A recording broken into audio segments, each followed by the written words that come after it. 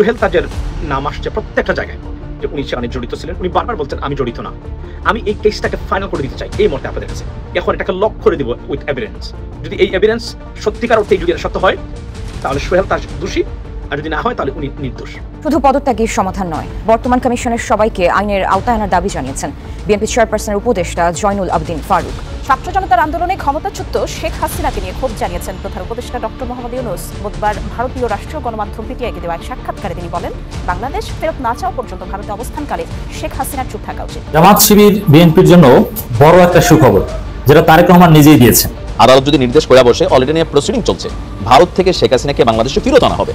এখন শেখ হাসিনা বাংলাদেশে ফেরত আসলে আসলে কি ঘটবে, একটু চক্ষু বন্ধ করে আমার ভিডিওর বাকি অংশটা শুনলে আপনি বুঝে যাবেন। দর্শক, একটি কঠিন বার্তা দিয়েছেন ডক্টর মোহাম্মদ ইউনূস ভারতকে। বলেছেন শেখ হাসিনাকে ফেরানোর অনুরোধ না জানানো পর্যন্ত তাকে চুপ থাকতে হবে। বর্ডারে সাম্প্রতিক সময়ে বিএসএফ এবং বাংলাদেশ সেনাবাহিনীর যে যুদ্ধ বা বিতর্কের কথা আমরা শুনতে পেরেছি, ঠিক তার জন্যই কি এত অস্ত্র মজুত করার প্রয়োজন হলো বাংলাদেশের, নাকি নেপথ্যে অন্য কারণ? দর্শক, বাংলাদেশের যে বর্তমান পরিস্থিতি এবং প্রেক্ষাপট চলছে তারই আলোকে বেশ কিছু গুরুত্বপূর্ণ ভিডিও নিয়ে আপনাদের সামনে হাজির হয়েছি।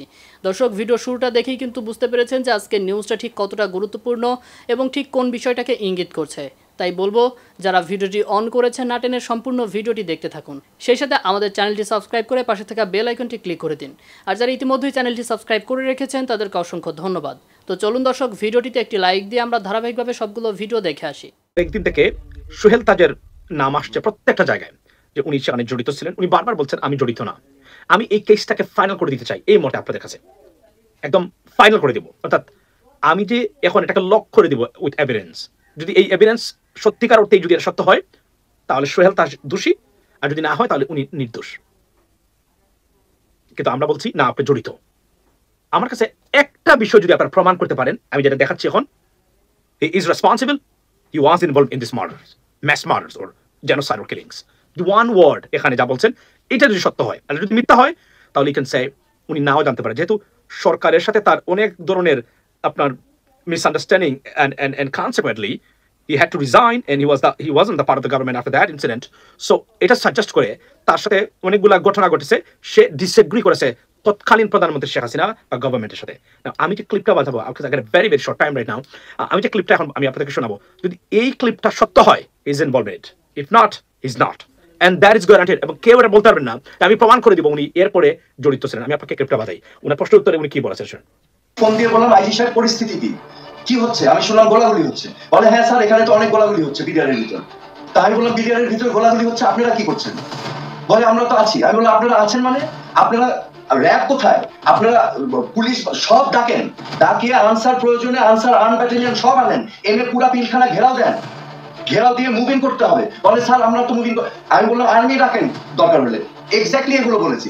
তখন আমাকে আইজি সাহেব বললেন স্যার মন্ত্রী মহোদয় আছেন, তার মানে উনি আমাকে বলতে চাচ্ছেন যে আপনার কথা তো আমি মানতে পারবো না বিকজ সিনিয়র আছে। আইজিপির ফোন রেখে সোহেল তাজ তৎকালীন স্বরাষ্ট্রমন্ত্রী সাহারা খাতুনকে ফোন করেন, কিন্তু সাহারা খাতুন জানান বিষয়টি তৎকালীন প্রধানমন্ত্রী শেখ হাসিনা দেখছেন। এই কথা শুনে প্রধানমন্ত্রীকে কল করে সমন্বিত বাহিনীর মাধ্যমে পিলখানা ঘেরাও করে পরিস্থিতি নিয়ন্ত্রণে আনার পরামর্শ দেন সোহেল তাজ। তখন শেখ হাসিনা বলেন তুমি আমেরিকায় বসে বসে বেশি বুঝছো না, আমি দেখতেছি। আমি মন্ত্রী মহোদয়কে ফোন করলাম, সাহারা খাতুন, আমি ওনাকে একই কথা বললাম যে আমি ওনাকে খালাম্মা ডাকলাম, খালাম্মা পুরা পেরিমিটারটাকে তো ঘেরাও দিতে হবে এবং এখানে দরকার হলে আর্মি কল করতে হবে। উনি আমাকে বললেন বাবা এটা তো আপা দেখছেন। ওকে, হিয়ার উই গো।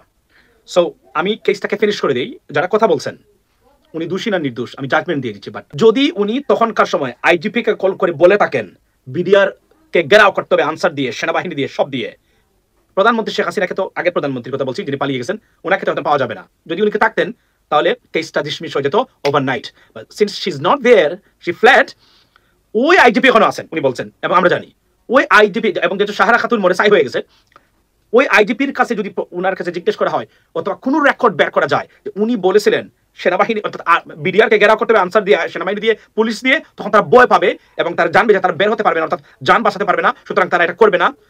এই কথাটা যদি উনি আইজিপি কে ফোন করে বলে থাকেন, অনলি ওয়ান উইটনেস রাইট দেয়ার, তাহলে উনি নির্দোষ।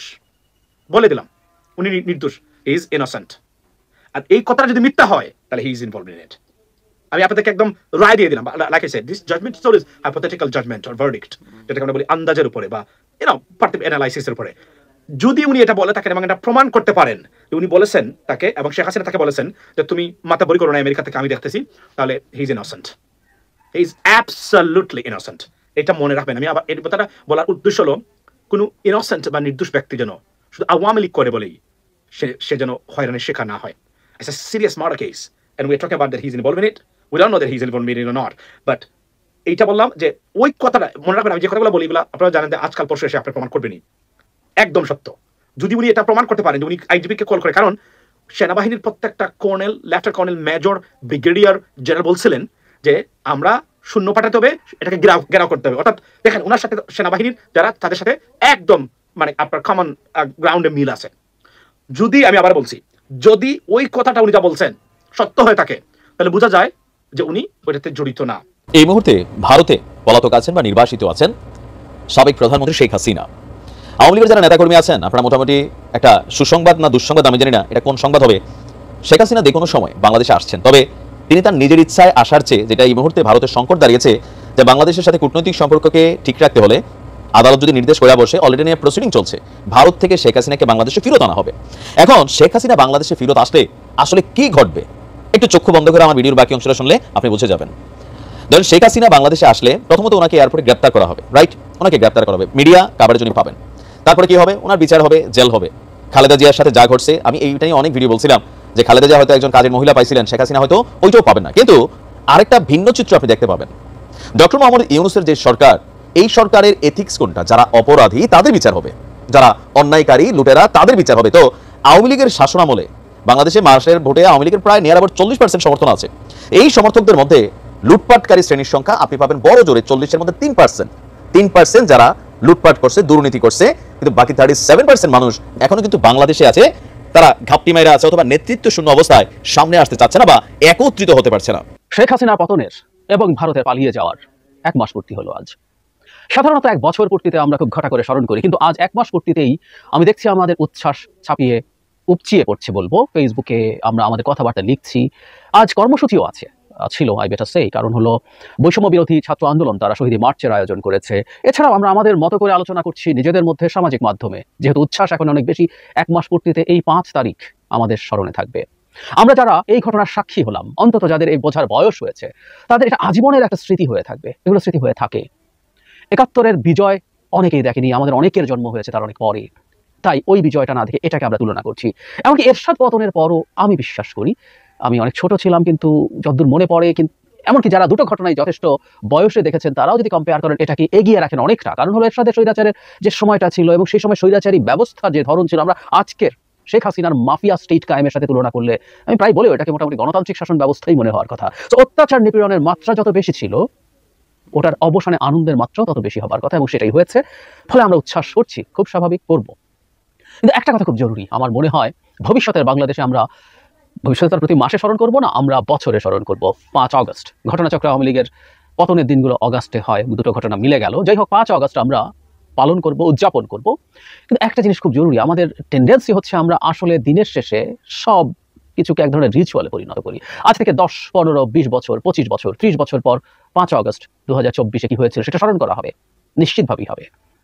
সেই স্মরণের মধ্যে দেখা যাবে প্রচুর রিচুয়ালস যুক্ত হয়েছে। আমরা অনেক কিছু করছি, আমাদের অনেক গান তৈরি হবে, আমাদের কবিতা তৈরি হবে, আমরা গান গাইবো, আমাদের কবিতা পাঠ হবে। আমরা নিশ্চিতভাবে আমাদের এই সময়কার শহীদদের, আহতদের তথ্য নিয়ে আমরা নিশ্চিতভাবে কোনো মেমোরিয়াল বানাবো, সেখানে আমরা যাব, আমরা সেখানে নানাভাবে উদযাপন করব। এটাকে ঘিরে নাটক তৈরি হবে, এটাকে ঘিরে ফিল্ম তৈরি হবে, অনেক কিছু হবে, এগুলো হবে।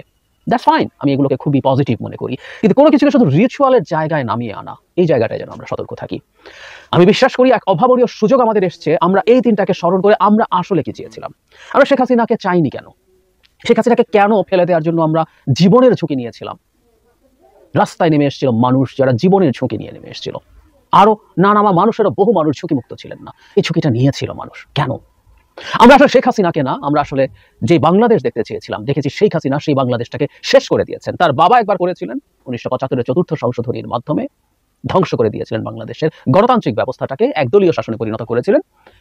তবে আমি এটাও বলি, তিনি অন্তত সৎ ছিলেন, উনি বলে কয়ে সংবিধান সংশোধন করেছিলেন।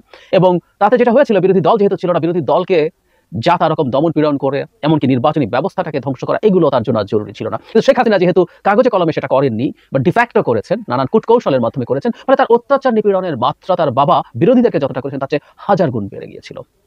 শুধু সেটা না, এই অবৈধ ক্ষমতায় থাকার ফলে বাংলাদেশ আর রিপাবলিক ছিল না। আমি বহু সময়, আমরা এখন যেখানে বাস করছি রিপাবলিক না, এটা রিপাবলিক না। উনি সবকিছু, সব প্রতিষ্ঠান ভেঙে ফেলেছেন।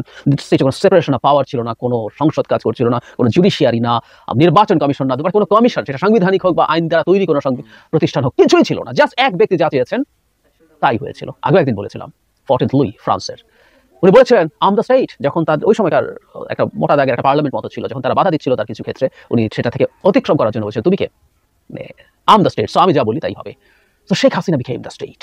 আমরা এটা চাই না, কোনোদিনও চাই না। এটা সেই মধ্যযুগীয় রাজা রাজরার সময়ের কথা, যখন রাজা রানী সম্রাজ্ঞী সম্রাটরাই হতেন স্টেট। আমরা একটা গণতান্ত্রিক ব্যবস্থা চেয়েছি, আমরা বিশ্বাস করেছি গণতান্ত্রিক ব্যবস্থা ডেসপাইট ইটস প্রবলেমস। হ্যাঁ, গণতান্ত্রিক ব্যবস্থার প্রবলেম তো আছেই, সারা পৃথিবীতে সবচেয়ে বিকশিত যে গণতান্ত্রিক ব্যবস্থাগুলো আছে সেগুলোতেও কিছু না কিছু প্রবলেম আছে। সেই প্রবলেমের মধ্যে আমরা চেয়েছি একটা গণতান্ত্রিক ব্যবস্থার মধ্যে আমরা বিকশিত হব, এবং এতে ধীরে ধীরে আমাদের নাগরিকদের যা যা চাওয়া, যেমন রাষ্ট্র তারা চান, যেমন অর্থনীতি তারা চান, যেমন কল্যাণ তারা চান, সেটা আস্তে আস্তে অর্জিত হবে। সুতরাং এই দিনটা ওটার সিম্বল হয়ে ওঠা উচিত, আমাদের এক্সপেকটেশনের সিম্বল। শেখ হাসিনাকে পরাস্ত করলাম, কিন্তু আমরা সেই রকম একটা রাষ্ট্র গঠন করতে পারিনি মোটা দাগে। এই মুহূর্তেই আস্তে আস্তে সেটাকে অনেক সুন্দর একটা জায়গায় নিয়ে যাওয়ার স্বপ্ন আমরা দেখি, কিন্তু যদি ওই রাষ্ট্র করতে না পারি, অর্থহীন হয়ে যাবে শেখ হাসিনার পতনটা। এটা আমাদের মনে রাখা খুব দরকার। সো এই দিনটাতে আমার মনে হয় ভবিষ্যতেও, আমরা তো আজকে মাসপূর্তি করছি, উচ্ছ্বাস আছে, আনন্দ আছে, শেখ হাসিনাকে ফেলে দেওয়ার এবং তাকে লেজ গুটিয়ে ভারতে পালিয়ে যাওয়া দেখার যে আনন্দ, এই ভদ্রমহিলা যা করেছেন এই জাতির ওপরে, এই মানুষের ওপরে, সেই জায়গায় তাকে এই জায়গায় দেখার আনন্দ তো আসলে তুলনা নেই, আমরা উদযাপন করি। কিন্তু আস্তে আস্তে আস্তে আস্তে আমাদের এই আলাপগুলো ভবিষ্যতের জন্য, এই 5 আগস্ট হবে আমাদের সেই অভিব্যক্তি, আমাদের ইন্টারনাল এক্সপেকটেশনের যে অভিব্যক্তি, যে এইরকম একটা ব্যবস্থার মধ্যে আমরা যাতে কোনোভাবেই আর ডরবি, সেটা এবার ভবিষ্যতে অন্য কোনো দল, অন্য কোনো ব্যক্তি যদি কায়েম করতে চায়, এটাই আমাদের সংগ্রামের প্রেরণা যাতে হয়ে থাকে। প্রিয় দর্শক, একটি কঠিন বার্তা দিয়েছেন ডক্টর মোহাম্মদ ইউনূস ভারতকে। বলেছেন শেখ হাসিনাকে ফেরানোর অনুরোধ না জানানো পর্যন্ত তাকে চুপ থাকতে হবে। প্রথম আলো এই হেডলাইনটি করেছে, আমি প্রথম আলো নিউজটি আপনাদের সামনে তুলে ধরছি। ছাত্র জনতার গণ আন্দোলনে ক্ষমতাচ্যুত শেখ হাসিনাকে নিয়ে ক্ষোভ প্রকাশ করেছেন বাংলাদেশের অন্তর্বর্তীকালীন সরকারের প্রধান উপদেষ্টা ডক্টর মোহাম্মদ ইউনূস। প্রধানমন্ত্রী পদ থেকে পদত্যাগ করে দেশ ছেড়ে ভারতে যাওয়ার পর সাবেক প্রধানমন্ত্রী ও আওয়ামী লীগের সভাপতি শেখ হাসিনা সে দেশে আশ্রয় লাভের চেষ্টা করছেন। ভারতের সংবাদ মাধ্যমে পিটিআই দেওয়া এক সাক্ষাৎকারে শেখ হাসিনার বিষয়ে ক্ষোভ প্রকাশ করেন ডক্টর মোহাম্মদ ইউনূস।